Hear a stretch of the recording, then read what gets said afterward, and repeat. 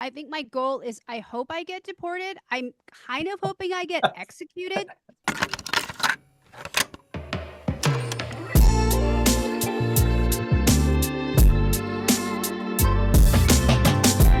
Hi, welcome to the guest list with Patrick Hicks. Today I am joined by actress, comedian, musician, Margaret Cho. Margaret, thank you so much for joining me today. Thank you very much. I'm glad to be here. You are such an icon. I have loved your comedy for so long, but you also do so many things. Like you also are making music and you've directed music videos and you're doing so much. And today you just announced a new tour, the Choligarchy. Tell me a little bit about that. What's that going to be about? It's just, I hate this administration. I hate ICE. I hate the hypocrisy. I hate Trump. I hate this cabinet.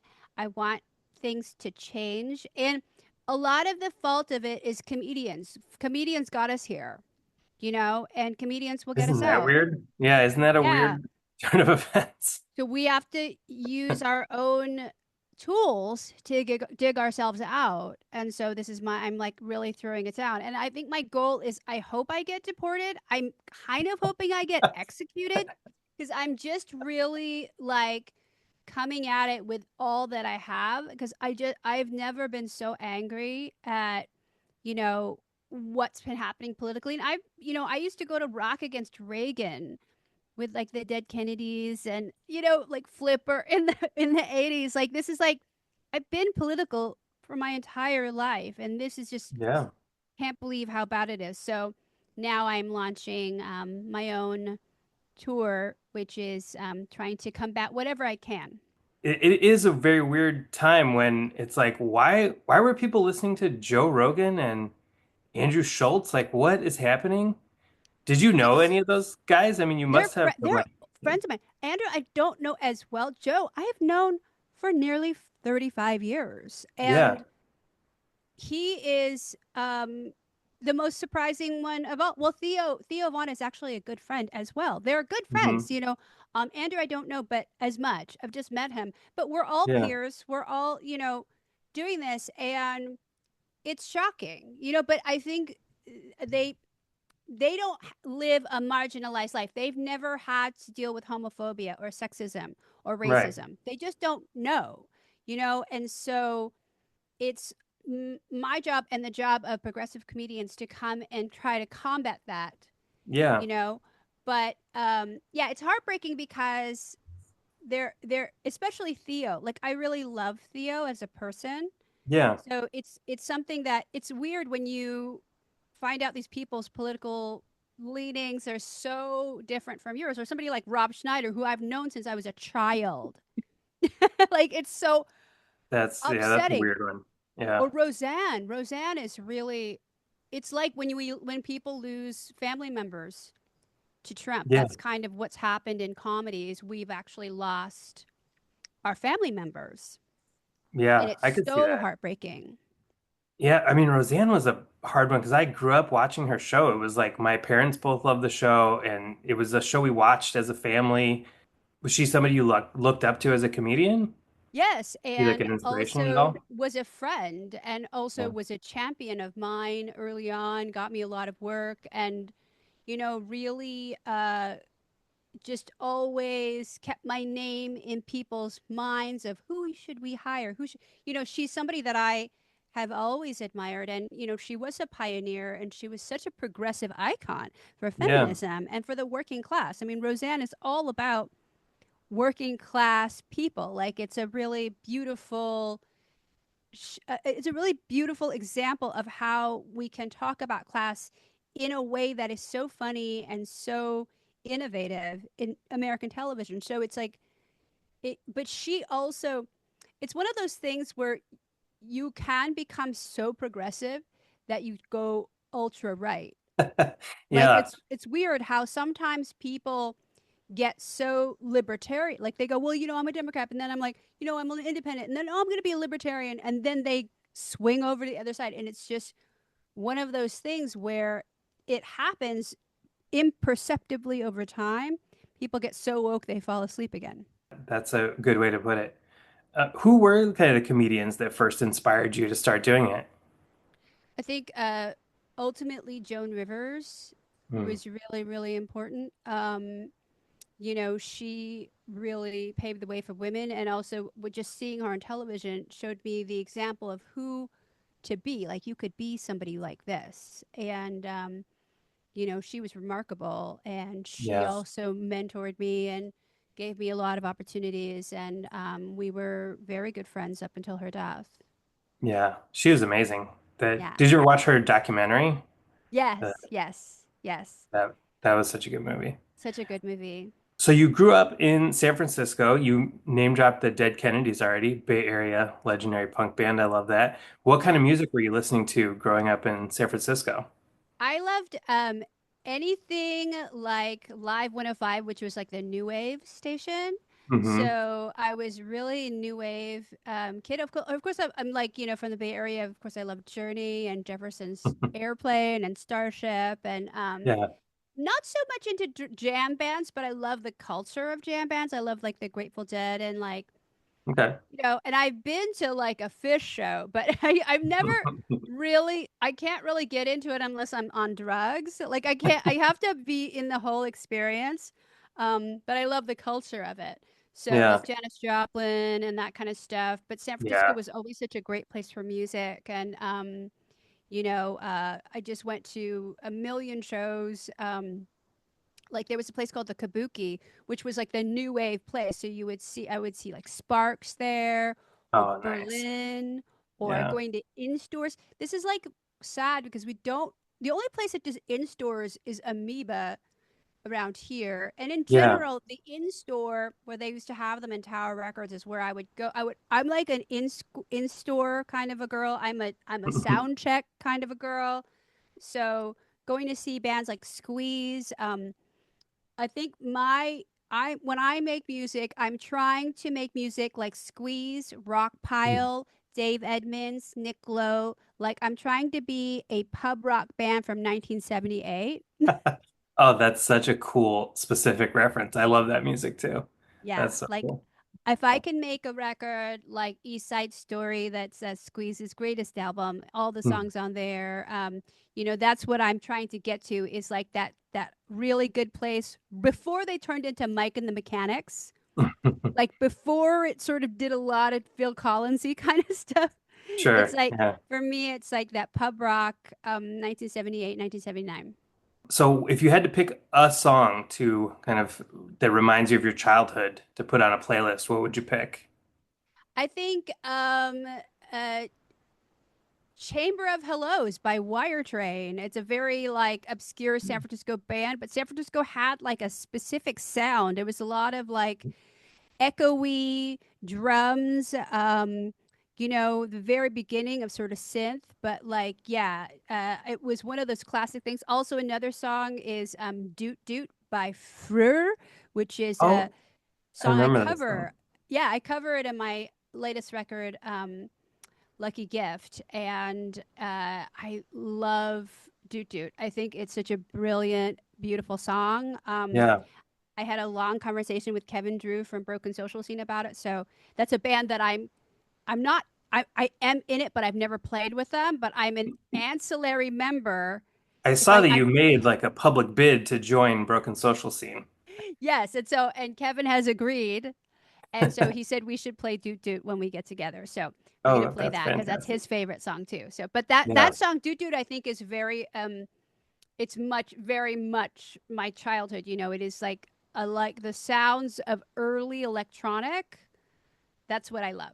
The new record, by the way, is fantastic. I Thank think if you. people only know you from your comedy and don't realize you've been making music for a while now, it's really good. Thank you. Did you ever play in bands and stuff growing up? I was in a band called the White Trash Debutantes with Ginger Coyote, which a lot of people have been in. That's like sort of an old school San Francisco punk band. Yeah. Um, I have played in a million of like my own bands, Hmm. like Bros Before Chose, which includes Glenn Cochi and Michael Jorgensen from Wilco, and Mark Hart from Crowded House. I've like play. I've had like mini bands with Grant Lee Phillips and John Bryan and like, over the Yeah. years, so many little bands. Yes. Did you ever think of going into music instead of comedy? I thought that when I was a little kid, like I played piano as a really young child, and then I sang in a band when I was like 5 years old, and I was not suited for show business because I kept waving at my mother during performances. So they actually fired me from the band. But um, I just loved comedy. There's something about music that it just made me scared. I'm still scared. Hmm, Like I have stage fright when I play live. really? And that's why I usually have musicians back me up because I can play like well in privacy. Maybe it's like a Sia thing where I need to like put a You need to have like the hair wig over that your I head. can't see. But Yeah. like with comedy, I'm really good at engaging with people. I think it's because my musical vocabulary in terms of like notes and riffs and things that I can play is so limited compared to things that I can say. Hmm. So there's a disconnect there. Maybe when I Yeah. become a better musician, then I'll be better at that. But yeah, I love making music. I make music every day. It's a big part of my social life. You mentioned going to a lot of shows. What is a song from a live concert that stands out to you? Vacation from the Go-Go's vacation tour at the Greek Theater. I believe it was 1982. Oh, Might cool. might have been 83. Mhm. But yeah, I am actually working on a new album now, and I'm doing a song that I wrote with Jane Weedlin, who is a Oh, big cool. hero of mine, Yeah. and I love I love the Go-Go's, but I love Jane in particular. And one of the shows that I saw her with Sparks when she toured with them for when they did the single "Cool Places." So I'm so excited to do a song with her. And but yeah, that live concert at the Greek Theater in Berkeley for the vacation tour because it was like the first taste of their like a mega fame. It was Hmm. so huge, and the audience was all kids like me. I mean, it was all girls, and we were all like 13 to 20s and screaming. It was so exciting. It was our Beatles. Yeah. The Go-Go's are so great, and I feel They're like great. underrated. Um, and they have like a San Francisco tie, right? Because they're from LA, but they went to San Francisco to see the last Sex Pistols show, and that's when they decided they should start a band. So, Yeah, it's so cool. And Gina lives there, and so does Jane moved there too. So hmm. they're both there in the Bay Area, which is great. Yeah. And they have a studio there, so that's where we're going to be working. Oh, that's so cool. I'm looking forward to that. What about, do you have a song that you associate with a specific activity? Like your driving song or your cleaning song, something like that? I think people should be taking acid to, with a little help from my friends, but the Joe Cocker version. Oh, okay. Yeah. It's such Uh, a great one because it's such a long song. So an acid usually is a pretty long trip. And that's the last time I did acid was probably about 15 years ago. And I took that and I was doing acid, I was doing it by myself because I'm, you know, solo psychonaut. So I took it and I listened to that song over and over. And it was just like, this is what you should do. This is what you have to do. So I wouldn't do it again because I'm sober. But I do think that if you ever decide to do any kind of hallucinogenic, that you should probably do it too, with a little help from my friends with by Joe Cocker. the Joe Cocker version. Nice. I mean, I grew up on that song because it was the Wonder Years theme song. So Mm-hmm. I, well, I love that song. I've So never good. done acid. So now I'm going to tell my wife, Margaret Cho says that we got to do acid and listen to this song. Or maybe just like a kombucha. Like you could do like a kombucha or something a little bit like it's a little heady, a little fun. Okay. Well, acid or kombucha, we'll decide on the day Yeah, which one we it's do. good. What about what is a song that makes you emotional? Woman's Work by Kate Bush because it's uh, uh, uh, other otherworldly, but so emotional too. I also love the video with her dancing, and it's kind of like um, she it is sort of embodying the song. I think it's just a perfect song. Like just I also love Maxwell's version. I don't Hmm. think a human being can really sing that song. Like it's so hard. It's impossible to cover. I used to cover it. I was in a band with Roger Rocha from Four Non Blondes, and we would play at encampments for people who were unhoused, and that was one of the songs that we play, and it was so hard to cover. I don't know why I got the bravery to cover it, but um, it was really it's very very difficult, and it makes me so emotional every time I hear it. Yeah, I mean, she has such a unique voice. It is kind of hard to translate her, but there are some really great covers of her. There's a band called the Future Heads. You remember them from like the early 2000s? They did a cover of Hounds of Love that was really good. Ooh, I have to listen to that. I don't know. It's That's really good. great. I love that Yeah. song. I love that song. What is a song that you associate with a milestone in your life? I think the song that I associate with Milestone is Cherry Bomb from the Runaways. And it was the Yeah. first song I actually licensed for my film, I'm the One That I Want, which is a Mhm. comedy, like it's like my comedy special from Yeah. 2000. And I licensed it and then actually became friends with Joan Jett through the process. And they were actually, Oh, cool. she was so gracious enough to let me use it. And I'm so grateful to her. And we've become friends over the years. I really admire her. I really adore her. And she is such a pioneer and just a trailblazer and just such a rocker. I love her. I'm the One That I Want was so like huge for me. That Notorious CHO. Do people Thank still like you. watch and listen to the specials? Like, I feel like comedy is not I the same as music where people go back and discover, earlier bands, but like, do young people Yeah. discover old Margaret Cho specials that you find? I hope so. I think so. I think you know, nowadays it's so different. Like the commerce of that like is so changed with like streaming and all of Mhm. my albums and specials are now coming out on Goathead Records in August. Oh, So cool. they'll all be re-released and so Yeah. that's really cool. Yeah, that's a great label. They're re-releasing all of Patton Oswalt's old specials and albums and it's our friend Dan Dion, who's like a longtime comedy head and our old friend, and he started a label where he's taking all of our old material and putting it out in a new form, which is great. So yes, we hope that a lot of people will rediscover what we were doing. Oh, that's awesome.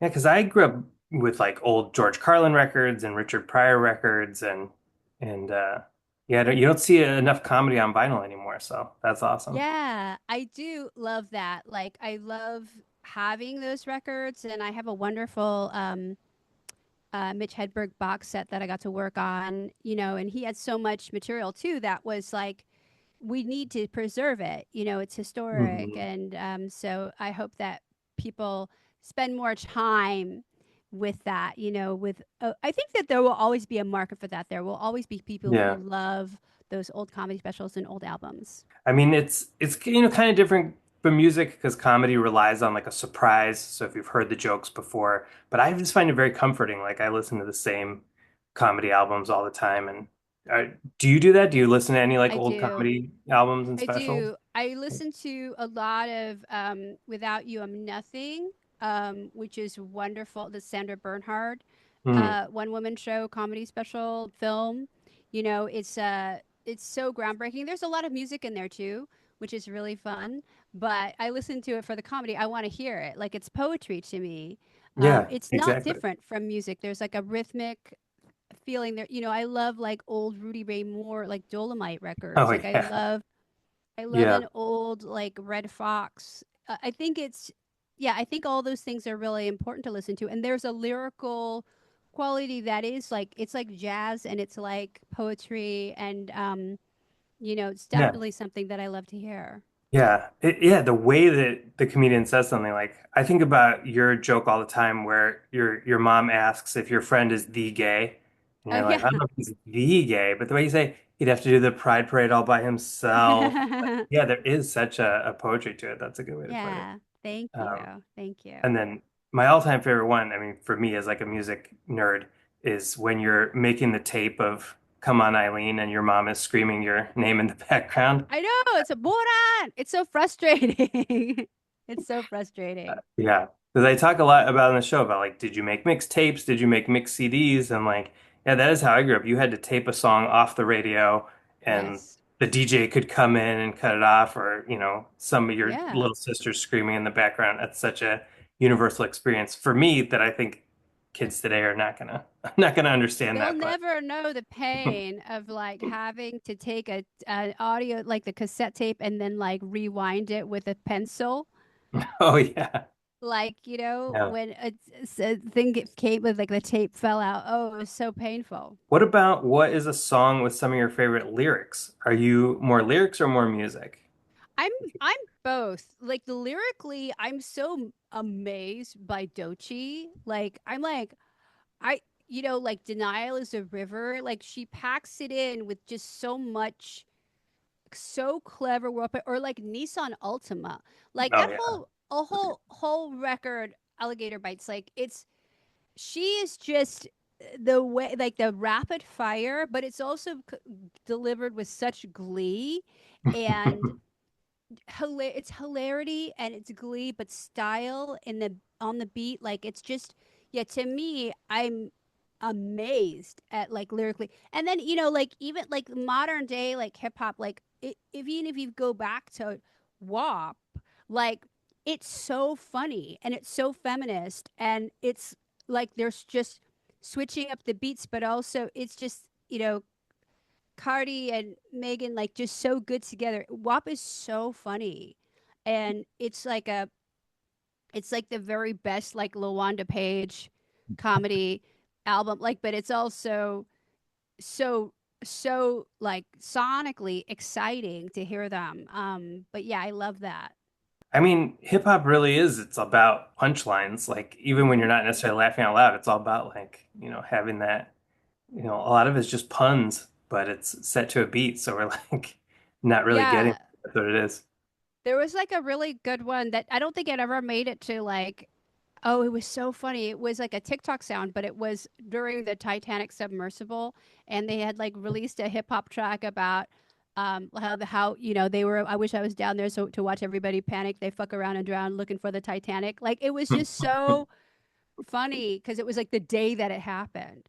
So there's so much funny like wordplay and genius in hip hop Yeah. that like I hope is people really understand. I think people appreciate it on a level like they love like the fans love it, but to me it's just like should be in the Library of Congress. I remember when the submersible exploded or whatever, reading about it, and they talked about how they were listening to music in there, like they put on a playlist. And I was like, that's stuck with me ever since. Like, man, what music would I want to listen to if I was gonna explode like underwater? I think that's a I mean, not I don't know. I mean, maybe I don't know what were they listening to? Was it like the Blink 182 song? What was the Blink 182? Wasn't the guy that was like didn't have there was a Blink 182 connection to I do the remember it was like the guy who was running it was forcing his own music on the people in the submersible. Like they did not necessarily want to be listening to what he put on. I remember that part of it. Oh, right. I So it don't was like remember. his coworker music, like what would like John Tesh?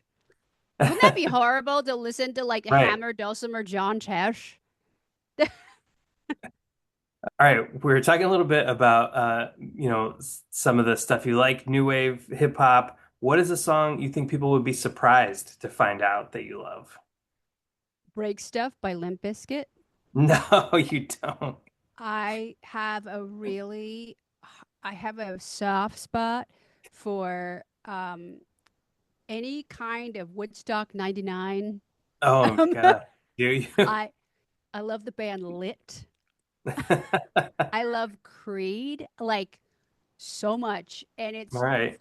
I've even sort of like listened to like a couple of like listen to some song structures and go, oh, I could do that. Like I've learned from Creed songs. Like I do have it's like a naughty, guilty Yeah. pleasure of like Corn.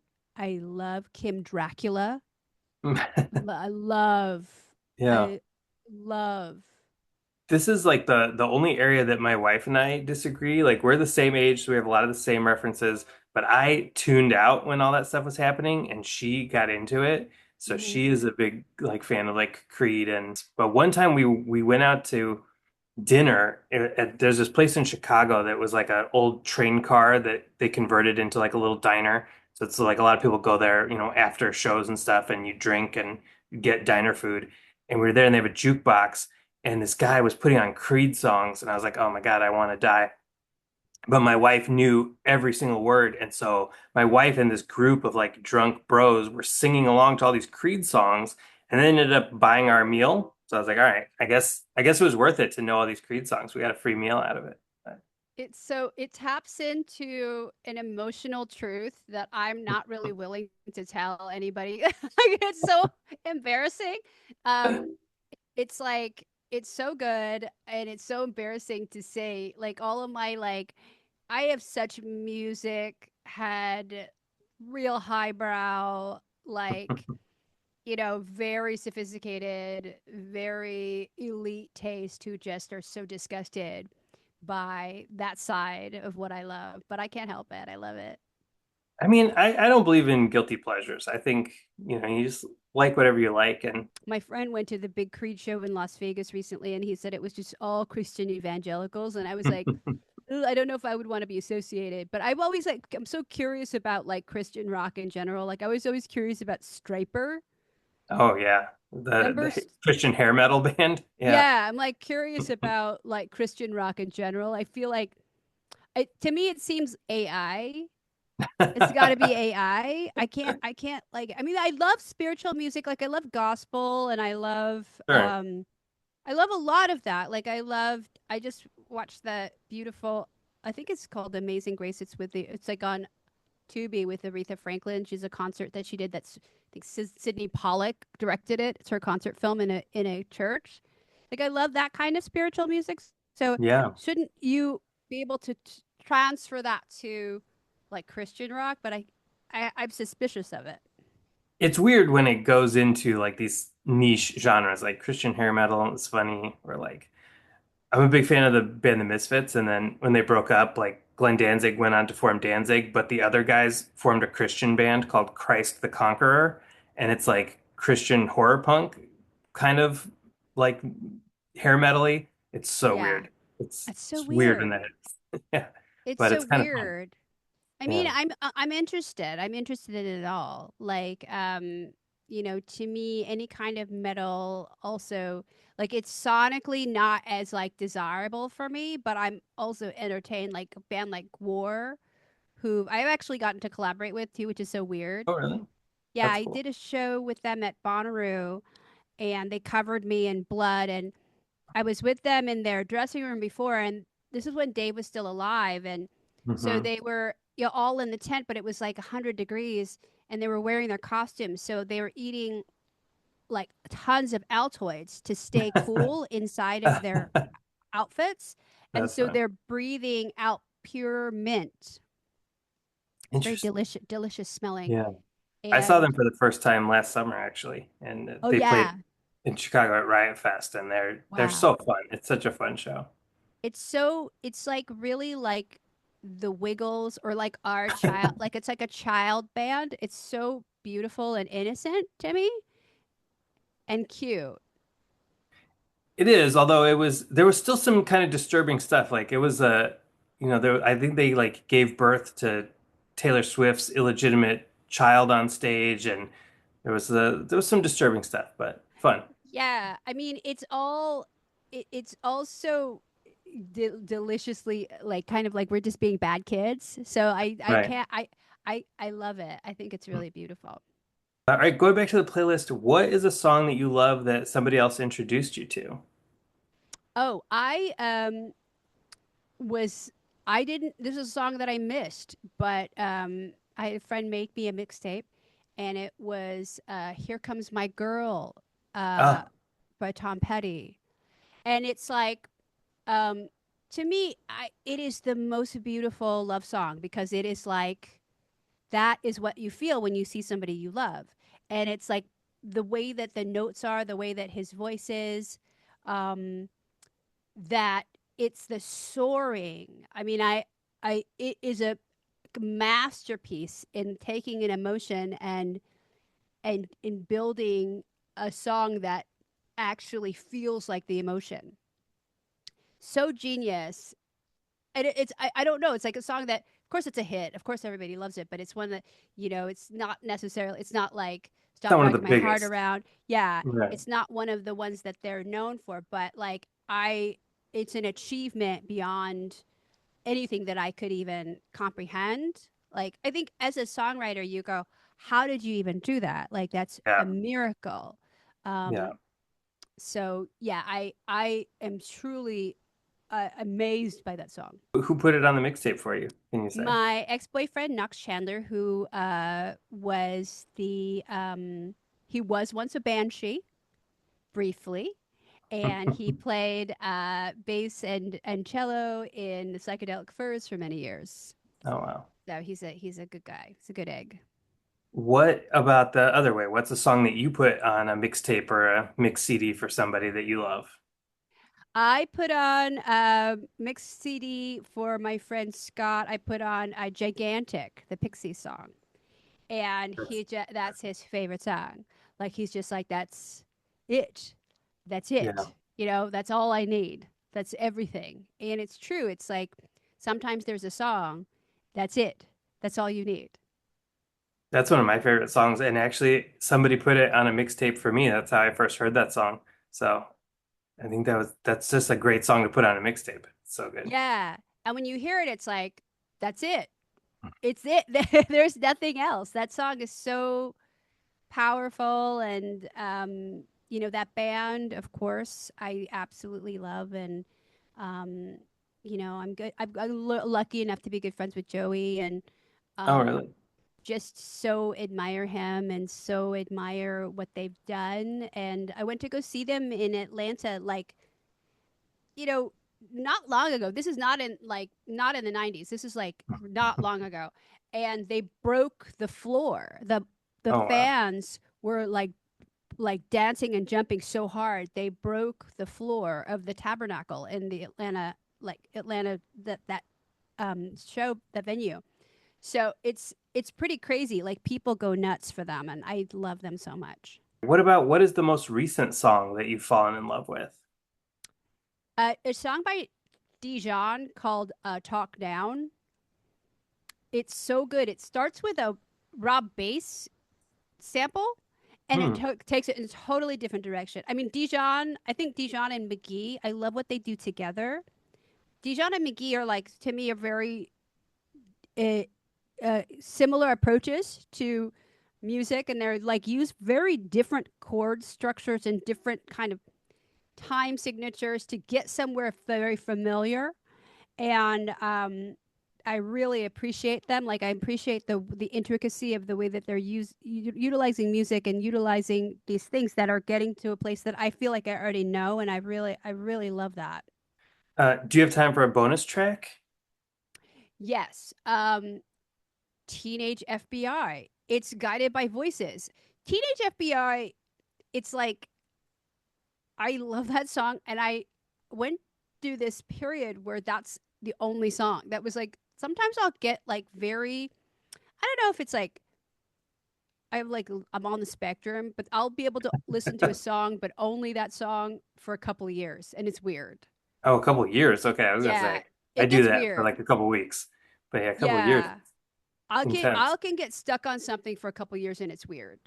Yeah. And that's Teenage FBI is one of them. And I don't like the one where there's two versions. There's one that I think it's just Robert Pollard, and he did it, and then there's like a Guided by Voices one. There's the one that I like doesn't have a lot of um, effects on it. That it's just sort of spare. It's a lot like sort of dirtier, and I think it's so good. And there's something about it.